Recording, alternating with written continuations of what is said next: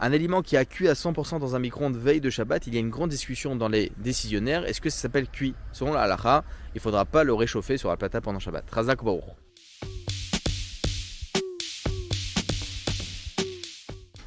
Après avoir retiré le couvercle, il sera permis de remettre le couvercle sur une marmite pendant Shabbat, mais faire très attention, de toute évidence qu'il s'agit d'un aliment qui est 100% cuit. Chazak Baruch.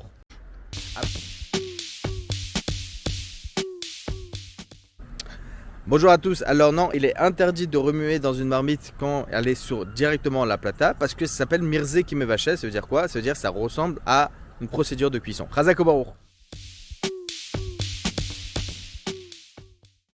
Alors non, c'est totalement interdit de poser un manteau proche d'une source de chaleur parce que, étant donné que ça va s'évaporer, ça fait partie des interdits de cuire pendant Shabbat. Chazak Baruch. Même s'il y a des petits morceaux de congelés, ça sera permis de poser sur la plata. Vochalot, Chazak Baruch.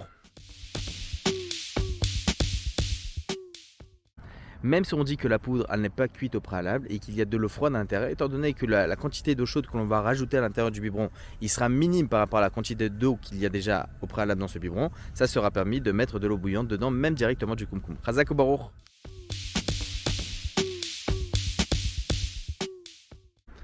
Étant donné que votre thé il est déjà dans un verre, donc c'est plus considéré comme le kumkum lui-même, c'est ce qu'on appelle le klisheni, et bien ça sera permis de rajouter du miel à l'intérieur. Chazak Baruch, des bonnes nouvelles.